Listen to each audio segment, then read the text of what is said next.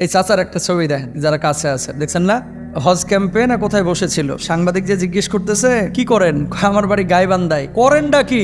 কয় কৃষি কাজ করি। কয় জমি জায়গা বেচে হজে যাচ্ছেন না কিভাবে ভাই, একটু জানতে পারি? কয় জমি জায়গা, আমার তো নুন আনতে বান্ধা ফুরায়, কিন্তু হজ্জে যাওয়ার জন্য আমার অনেক আগ থেকে আকাঙ্ক্ষা ছিল। তো বলছে তাহলে কি আপনি টাকা ম্যানেজ করলেন, কেউ দিছে নাকি বদলি হজটা? কয় না ভাই, এই আল্লাহ যদি চায় আপনারা কেউ কি আটকে রাখতে পারবে? ধরেন আল্লাহ আপনারা বাইতুল্লাহ নিবে, পিডিএফ হলেও নিয়ে যাবে, যাবি না কার। আর যদি আল্লাহ আপনারা না কবুল করে, বাড়ি থাকবে 10টা, কিন্তু অন্তরের মধ্যে একটা বার ওই চিন্তাও দিবে না মাথার ভিতরে যে যা বাইতুল্লাহ জিয়ারত করে আস। হাজার হাজার কোটিপতি আছে বাইতুল্লাহ, কিন্তু যায় না। কথা বলেন ঠিক কিনা?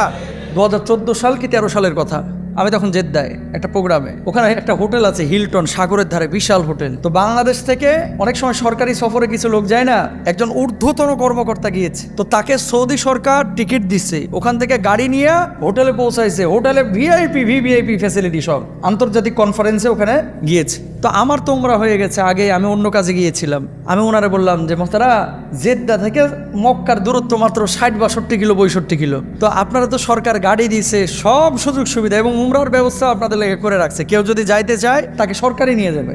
তো হোটেল থেকে নাইমিয়া সরকারি গাড়ি দিয়ে যায়, উমরাটা করে চলে আসেন, সৌদি সরকার যেহেতু আপনাদের ব্যবস্থা করে রাখছে। শরীরটা ভালো লাগতেছে না, মনে চায় না। না নাউজুবিল্লাহ এখানে করেন না, পকেটে ঢুকায় রাখেন।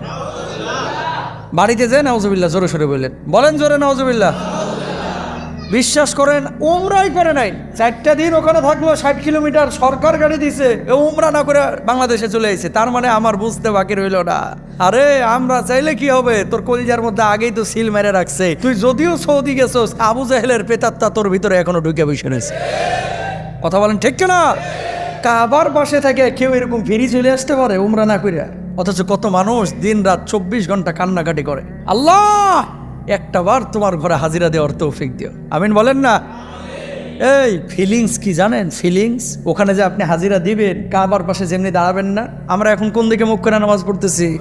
কাবার দিকে। কাবা পশ্চিমে, তার লেগে তো আমরা পশ্চিম দিকে মুখ করে নামাজ পড়তেছি। কিন্তু যখন আপনি নামাজে দাঁড়াইলেন, চোখের সামনে কাবাটা আপনার ভাসতেছে, সামনে কাবা। আর সুদাইসি যখন তেলাওয়াতটা করে, অন্যান্য কারি সাহেবরা যখন তেলাওয়াত করে, আলহামদুলিল্লাহ রাব্বিল আলামিন আর রহমানির রহিম মালিক ইয়াউমিদ্দিন ইয়্যাকা না'বুদু ওয়া ইয়্যাকা নাস্তাঈন ইহদিনাস সিরাতাল মুস্তাকিম সিরাতাল লাযীনা আন'আমতা আলাইহিম গায়রিল মাগদুবি আলাইহিম ওয়ালাদ-দাল্লিন।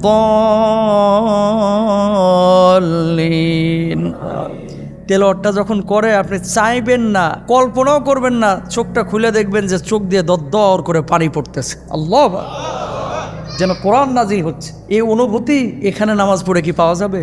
পাওয়া যাবে? আল্লাহর হাবিবের রওজার পাশে যখন দাঁড়ায় বলবেন আসসালাতু ওয়াসসালামু আলাইকা ইয়া রাসূলুল্লাহ, আসসালাতু ওয়াসসালামু আলাইকা ইয়া হাবিবাল্লাহ, আমি এসেছি মদিনায় বহুত কষ্ট করে, নবী গো আপনার কাছে আমি সালাম পৌঁছে দিলাম, আমার হাবিব সালামের জবাব দিবে, কলিজাটা ঠান্ডা হয়ে যাবে। ঠিক কিনা? আল্লাহ আমার সব ভাইদেরকে হজ্জের জন্য কবুল করুন।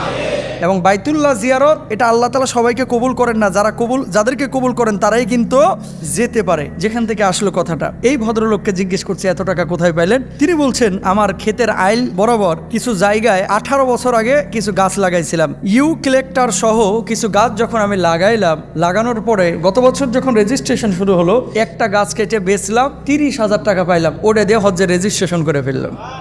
এখন বাকি টাকা কিভাবে পাবো? একটা গাছের দাম যদি 30,000 টাকা হয়, আমার এখানে আরো অনেকগুলো গাছ আছে, তো বললো যে আমি প্রথমে 22টা তারপর 20টা গাছ কাটলাম। প্রথমে কাটলো 22টা, তারপরে কাটলো কয়টা?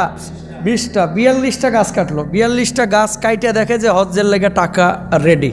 আলহামদুলিল্লাহ বলেন না? মানে গাছগুলো সব বেচে দিছে। কয় বিশ্বাস করেন আমার এখানে যা টাকা আছে একটা টাকাও বাইরের না, সব আমার গাছ বেচা টাকা। আর এই গাছগুলো আমি লাগাইছিলাম এই কারণে যে আল্লাহ এই গাছগুলোর টাকা দিয়ে তুমি আমার হজে নিও।